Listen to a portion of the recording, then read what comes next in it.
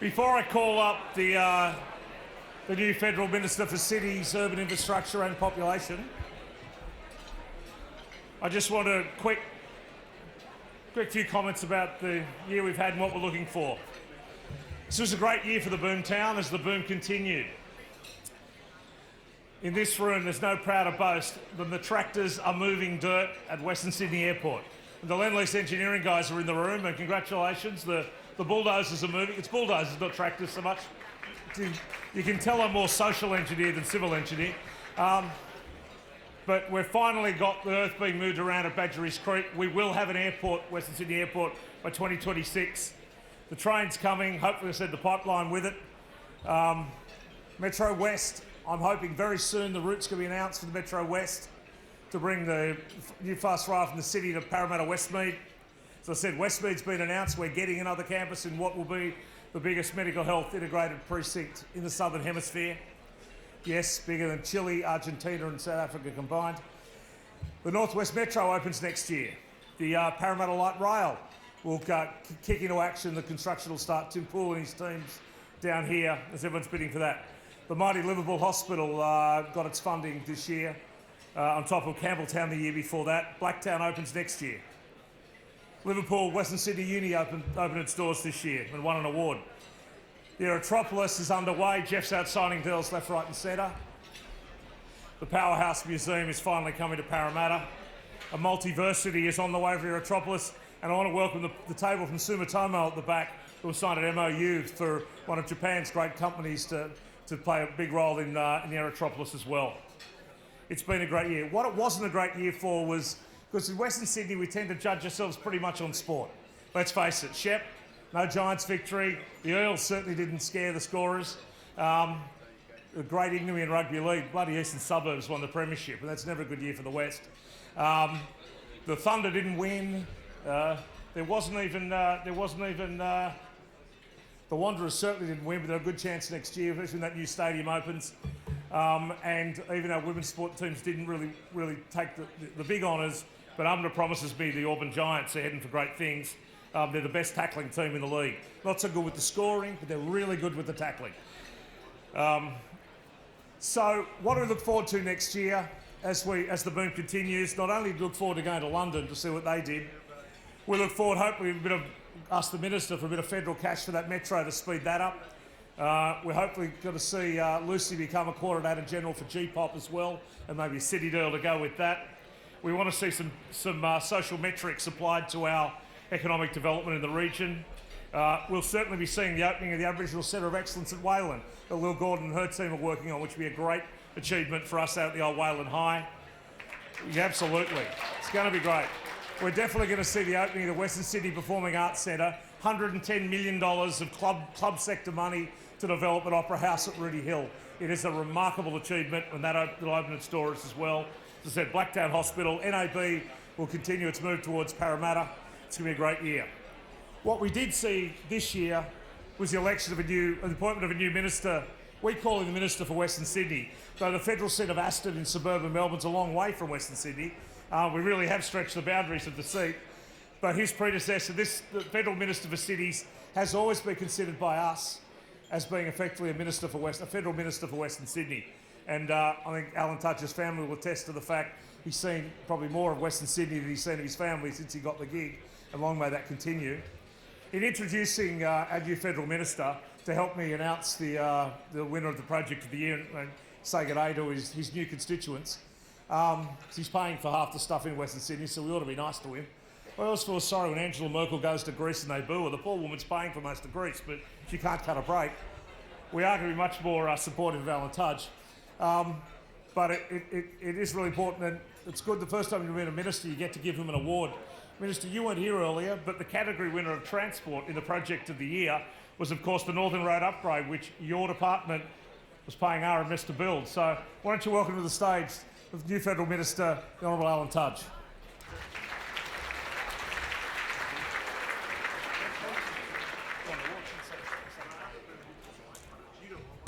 Well, thank you so much, Chris. And listen, as a Melburnian, it's great to be here. I always think when I come to Sydney, you know what you need here in Sydney? You need a tram. Maybe, sorry, that's probably a bit too raw. Bit too raw. Listen, I've been the minister now for a couple of months. I'm the Ministry for Cities, Urban Infrastructure and Population, as Chris was just saying, and the cities part of it you're probably very familiar with, and we've talked a little bit tonight about the Western Sydney City deal, which is by far and away the most important and groundbreaking city deal which we have in the nation.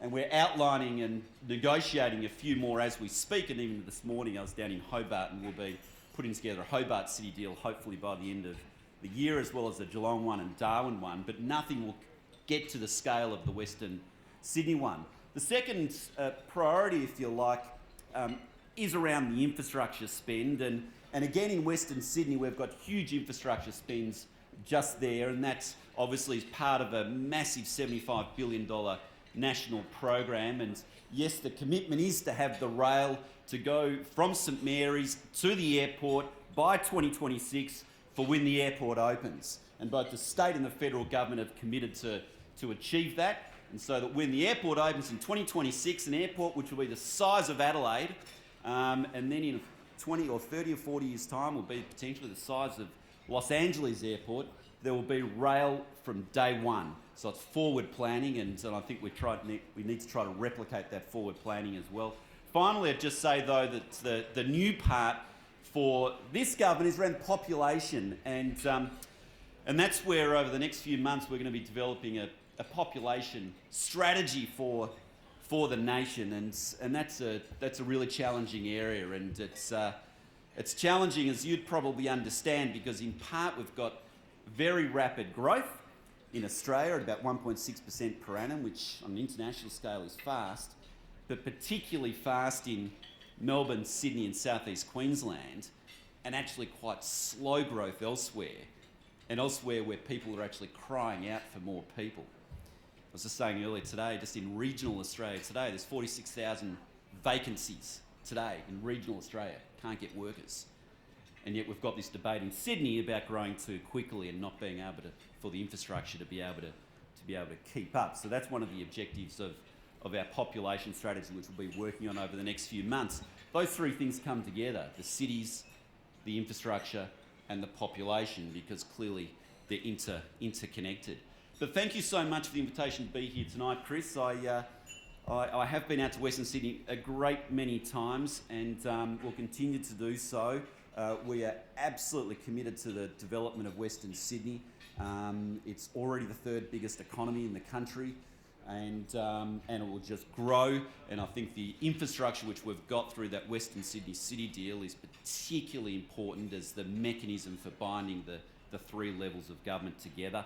We meet quarterly as ministers with the mayors, and obviously officials meet even more regularly than that. And it's got a bright future, Western Sydney. It's probably the most exciting development which is going on in Australia at the moment. And I look forward to seeing it unfold in the months and years ahead. Thank you, Alan.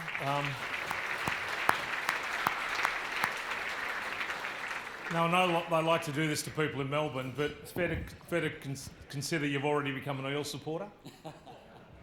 Christ knows we need them. Yeah, so, well, I'm from Melbourne, so I'm an AFL supporter, a proud North Melbourne supporter, and sort of a Storm supporter, but if you can be you can be an Eels supporter, we'll let you in as well. If you've got some money, we're trying to keep Jared Hayne. But we might ask now, everybody saw earlier the finalists in the Project of the Year. This is a process that we're very committed to, because I think, as Lindy said on stage before, not only do we need to build Western Sydney, we've got to keep promoting it. And we've got to promote the design excellence, we've got to promote the sustainability, we've got to promote the product and accessibility, because I think gone are the days in Western Sydney will cop any job or want smart jobs. Gone are the days will cop any development and what's good development and what's great design, what's great projects. And the 6 finalists we have tonight, in fact, all those who were the category awards, certainly will live up to that. And it's a pipeline. This is going to get a tougher gig, this judging, as it goes on next year alone. Northwest Rail, Parramatta Stadium, Western City Performing Arts Centre, Blacktown Hospital, etc., etc., etc. are going to keep flowing through as it comes along. So it's not an easy gig. But PwC is one of our sponsors tonight. I promise they've given me the right envelope tonight. It's not a Moonlight versus La La Land, but I might ask the Federal Minister to announce the winner. Okay. Well, the winner of the BOOMTOWN 2018 Project of the Year is Inglis Riverside Stables and the William Inglis Hotel at Warwick Farm. So I'd like to invite Mark Webster, the Managing Director of Inglis, to accept this award on behalf of the project. Mark.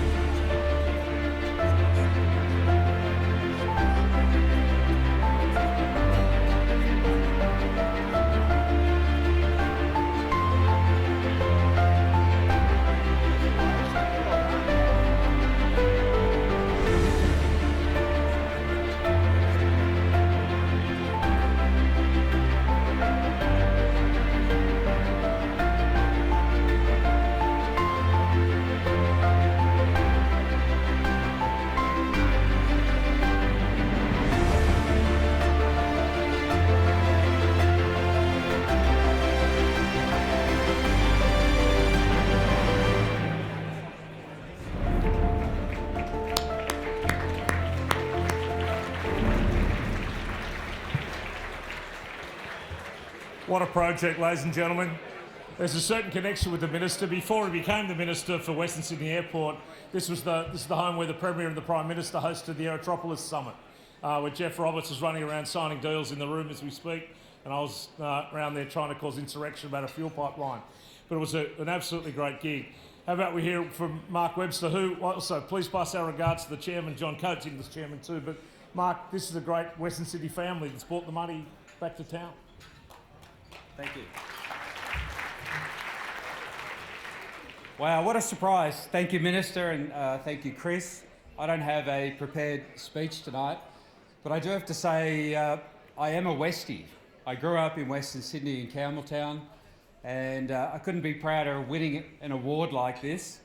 As a Westie, I do consider myself to be a believer in Western Sydney, and I'm lucky enough to be the CEO of a great Australian company in Inglis. A 1-minute story, if you could put up with that. Our company started selling horses here in the Sydney CBD 151 years ago. At the time, the company was selling cart horses that were just pulling carts around town because that was the form of transport. In the early 1900s, the Inglis family noticed that people were playing around with motorised vehicles and thought, oh my goodness, we better get out of cart horses and get into something else. And so the company moved into selling racehorses and took the huge step of moving all the way to Randwick from the Sydney CBD. And the company operated there for 100 years. Part of my role coming into Inglis was to set the company up for the next 100 years. And 10 years ago, we decided that moving all the way to Warwick Farm in Liverpool would be the next step. We were criticised by many people, our clients and others, that our clients travelling from overseas, in particular the sheikhs from the Middle East and the billionaires from China and America, wouldn't want to go all the way out to Liverpool to buy racehorses. Well, they were proven wrong. This year we had record sales and they were in Western Sydney.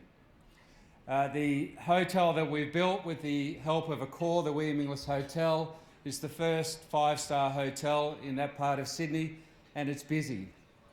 Major events for global brands like Samsung, AMP, Volkswagen, they've all booked out the hotel, taken it over. We've had social events, cultural events and corporate events, lots of weddings coming, and I couldn't be happier about that. So if you're thinking about moving out to Western Sydney, don't hold back. Liverpool is open for business. It's a wonderful council. The former mayor, the current management team are outstanding. They'll look after you. I would like to thank a few people that have made this happen. Certainly all the Inglis team, our shareholders and the board for having the belief that it would work. Also our project team. We've had a whole range of consultants helping us, but by far the most important was the team from Podia Advisory, a project management team, and there are a number of them here with me tonight on table 18. So if you're looking for a project management team to deliver on time and on budget, come and see two of the principals on table 18 and book them in. They'll build it for you on time. I'd also like to thank FTC, the builder, and Podia kept them on target. Of course, the Accor group that manage our hotel out of Warwick Farm. Thank you very much for the honour tonight. It's a great privilege, and congratulations to all the other finalists. Thank you. Please thank Mark Webster and Alan Tudge. As a former convener of the Committee for Liverpool, I completely concur with those comments. Big night for Liverpool, a couple of prizes, and apparently they're getting an airport as well. So, Kirsten, you'll be very happy. Look, in drawing to a close, I particularly want to thank again all the finalists of that award. As I said, tough gig. The patrons who decided bestow honour upon the Inglis Centre at Warwick Farm in the partnership with Accor, and it was heads up, heads down call for a photo, as they'd say in the old racehorse parlance. But for an old Western Sydney company to bring their business back to the West, chaired by John Coates, an old Homebush high boy, it truly was a Westie conspiracy to get out of Randwick and to bring that money into the community. In closing tonight, and when I finish, you have to indulge me 2.5 minutes after I finish speaking, because there's a video about last year's BOOMTOWN to encourage you to, one, if you're already coming, to get up and get here early in the morning to hear Andrew Constance, because apparently we'll be speaking in Spanish for the microphone early on here. It's a slow joke till the contractor's got it. But also, it's a reminder of, we've had a bit of fun tonight. Tomorrow we knuckle down and do a bit of work. Jim Betts is going to come and tell us why he's revolutionised the way government's going to be a better client. Lani Frew from the Feds is going to tell us why it's all the state's fault now, because she's gone from New South Wales to Canberra. A whole range of people, and importantly, if you miss Angela Vathulkas, who's with us, the councillor from City of Sydney, who's had a thing or two to say about light rail. Peter Fitzsimons, he of the red bandana, who's a great lover of stadia. He'll be on the stage as well. Chris Johnson, the great defender of progress from the Urban Task Force. Marianne Graham from Western Sydney Airport. The price of admission alone that Paul Larry McGrath from John Holland has to referee that session will be worth nothing else. Stuart Ayres hops up and talks as State Liberal Minister for Minister of Western Sydney. Member for Penrith takes on Chris Bowen, the Federal Shadow Treasurer and member for McMahon in Fairfield. So two of Western Sydney's finest either side of the fence, going toe-to-toe, refereed by the Editor-in-Chief of the Australian, Chris Dorr. So it's going to be a fun day. There's going to be plenty of policy, so you've got to get back here early.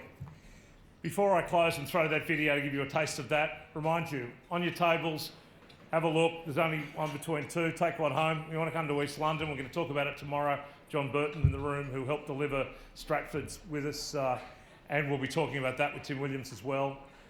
But importantly, we want you to come along and get engaged in the debate. This sort of fun in this room tonight is only possible because we're underpinning it by great hard work. My last comment is I want to thank a hell of a team. Brett Towers and my event team, Adam Leto and the policy team. The dialogue is small but dynamic, and only through the support of our patrons, our partners, Transport for New South Wales, particularly an ongoing partner of this event, can we bring this to happen. We're not the private conference organisers, and we don't charge you $3,000 a day either, like they fleece you regularly. It's only through your support we can do our advocacy. So thank you for your support tonight. Get home safely, get back here early if you're coming. If you want to come and you weren't already, we can sort you outside. Have a look at what happened at last year's BOOMTOWN. We'll see you tomorrow.